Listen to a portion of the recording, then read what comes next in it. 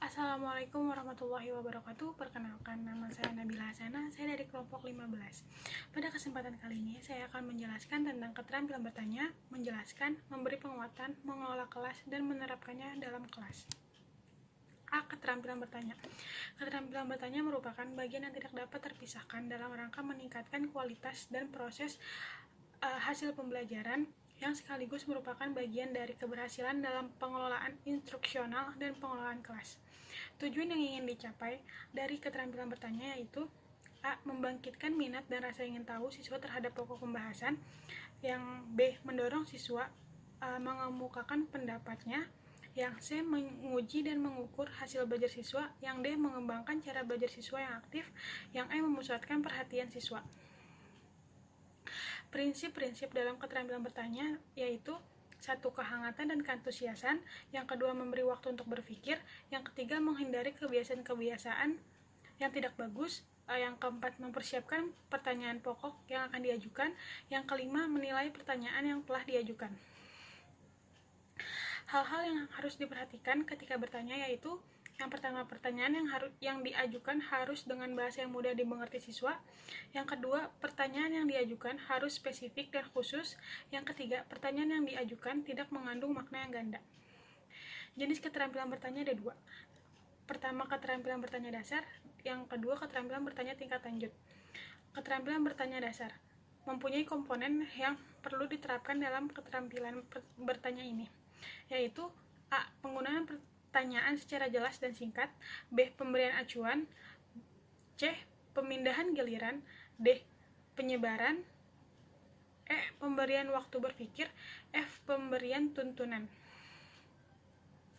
Keterampilan belajar tingkat lanjut mempunyai komponen-komponen yaitu A. Perubahan tuntunan tingkat kognitif dalam pertanyaan. B. Pengaturan aturan pertanyaan.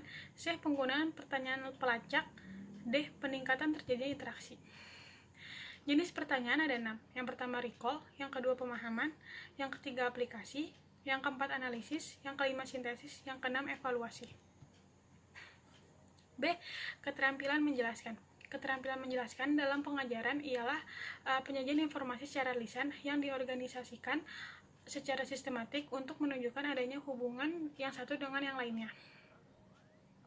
Alasan perlunya keterampilan menjelaskan yaitu: A. Penjelasan yang diberikan oleh guru kadang-kadang tidak jelas bagi muridnya, tetapi hanya jelas bagi gurunya sendiri. Yang B. Tidak semua murid dapat menggali pengetahuan dari buku atau sumber-sumbernya.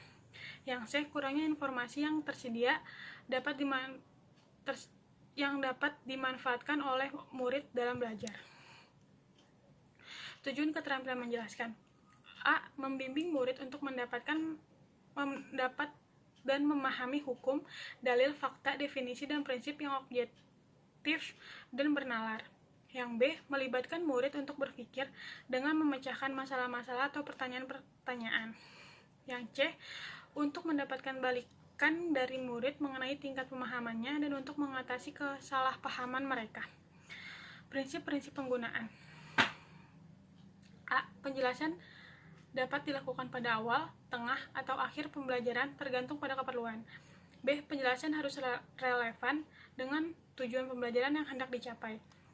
C. Penjelasan dapat diberikan apabila ada pertanyaan yang diperlukan oleh guru untuk menjelaskan. Artinya tidak semua topik atau bahan pembelajaran harus dijelaskan oleh guru. D. Penjelasan harus sesuai dengan latar belakang kemampuan siswa, terutama dalam hal penggunaan bahasa. Yang E. Penjelasan dapat diselingi tanya jawab. Yang F. Materi penjelasan harus bermakna bagi siswa. Komponen-komponennya: yang pertama, merencanakan. Langkah-langkah pokok dalam merencanakan penjelasan yaitu: 1. Menegaskan hal apa yang perlu dijelaskan. Kedua, menegaskan hubungannya atau kaitannya dengan menunjukkan jenis atau sifat hubungan sebab akibat. Yang ketiga, menegaskan prinsip umum yang melandasi hubungan tersebut dan yang dapat diterpakan atau ditransfer ke bidang yang lebih luas. Yang kedua, penyajian atau penjelasan. Penyajian atau penjelasan dapat ditingkatkan hasilnya dengan memerhatikan hal-hal sebagai berikut. Yang pertama, kejelasan. Yang kedua, penggunaan contoh dan ilustrasi. Yang ketiga, pemberian tekanan. Yang keempat, penggunaan balikan. Yang kelima, variasi. C. Keterampilan memberi penguatan. Keterampilan memberi penguatan merupakan suatu alat pendidikan yang menyenangkan berupa pujian, hadiah, dan tanda penghargaan yang bertujuan untuk memperkuat tingkah laku anak didik yang sudah baik, atau juga sebagai suatu keterampilan yang memberi penguatan berupa respon positif dari guru kepada anak didik yang telah melakukan suatu perbuatan baik. Adapun tujuan dari penguatan dalam pembelajaran antara lain yaitu: 1. Meningkatkan perhatian siswa. 2. Membangkitkan dan memelihara motivasi belajar siswa. Yang ketiga, memudahkan belajar siswa. Yang keempat, menumbuhkan rasa percaya diri pada siswa. Yang kelima, memelihara kelas yang kondusif. Yang keenam, mengontrol dan memodifikasi tingkah laku siswa, serta mendorong munculnya perilaku siswa. Komponen keterampilan memberi penguatan. Penguatan dapat dikelompokkan ke dalam dua jenis, yaitu penguatan verbal maupun non-verbal. Komponen-komponen penguatan dari kedua jenis tersebut yaitu: 1. Penguatan verbal. 2. Penguatan non-verbal. 3. Penguatan gerak isyarat. 4. Penguatan pendekatan. 5. Penguatan dengan sentuhan. 6. Penguatan dengan kegiatan yang menyenangkan. 7. Penguatan berupa simbol atau benda. Yang ke-8, penguatan tak penuh. Prinsip dan cara penggunaan penguatan. 1. Kehangatan dan keantusiasan. 2. Penguatan. 3. Menghindari penggunaan respon yang negatif. Kelebihan dan kelemahan dalam memberikan penguatan. Yang pertama, kelebihan. 1. Meningkatkan perhatian siswa dan memotivasi siswa terhadap pembelajaran. Yang kedua, mendorong siswa memiliki perilaku atau bersikap baik dan produktif. Yang ketiga, menumbuhkan rasa percaya diri pada siswa. Yang keempat, meningkatkan cara belajar siswa menjadi aktif. Yang kelima, mendorong siswa untuk meningkatkan belajarnya secara mandiri. Kelemahannya yaitu: apabila pemberian penguatan dilakukan dengan cara tidak tepat, dapat menyebabkan siswa enggan belajar karena penguatan yang diberikan tidak sesuai dengan tindakan yang dilakukan siswa tersebut. Pada kelemahan yang ditimbulkan dalam pemberian penguatan apabila dilakukan secara berlebihan juga akan bersifat negatif. D. Keterampilan mengelola kelas dan menerapkannya dalam pembelajaran kelas. Keterampilan mengelola kelas merupakan keterampilan yang digunakan oleh seorang guru dalam proses pembelajaran guna untuk mengkondisikan belajar siswa dengan harapan supaya terjadi suatu kondisi kelas yang kondusif. Tujuan pengelolaan kelas. Menurut pengelolaan kelas mempunyai dua tujuan, yaitu tujuan umum dan tujuan khusus.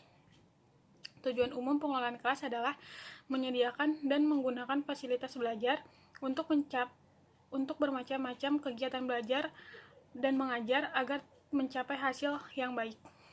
Tujuan khususnya yaitu mengembangkan kemampuan siswa dalam menggunakan alat-alat belajar, menyediakan kondisi yang memungkinkan siswa bekerja dan belajar. Komponen keterampilan mengelola kelas. Yang pertama, keterampilan yang berhubungan dengan penciptaan dan pemeliharaan kondisi belajar yang optimal. Yang kedua, keterampilan yang berhubungan dengan pengendalian kondisi belajar yang optimal. Prinsip penggunaan keterampilan mengelola kelas. Dalam menerapkan keterampilan mengelola kelas perlu diingat 6 prinsip, yaitu: yang pertama, kehangatan dan keantusiasan dalam mengajar. Yang kedua, menggunakan kata-kata atau tindakan yang dapat menentang siswa untuk berpikir. Yang ketiga, menggunakan berbagai variasi yang dapat menghilangkan kebosanan.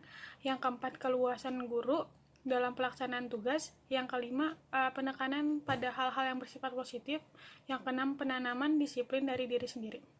Keterampilan mengelola kelas yang baik. Yang pertama, menciptakan situasi yang memungkinkan anak untuk belajar sehingga merupakan titik awal keberhasilan pengajaran.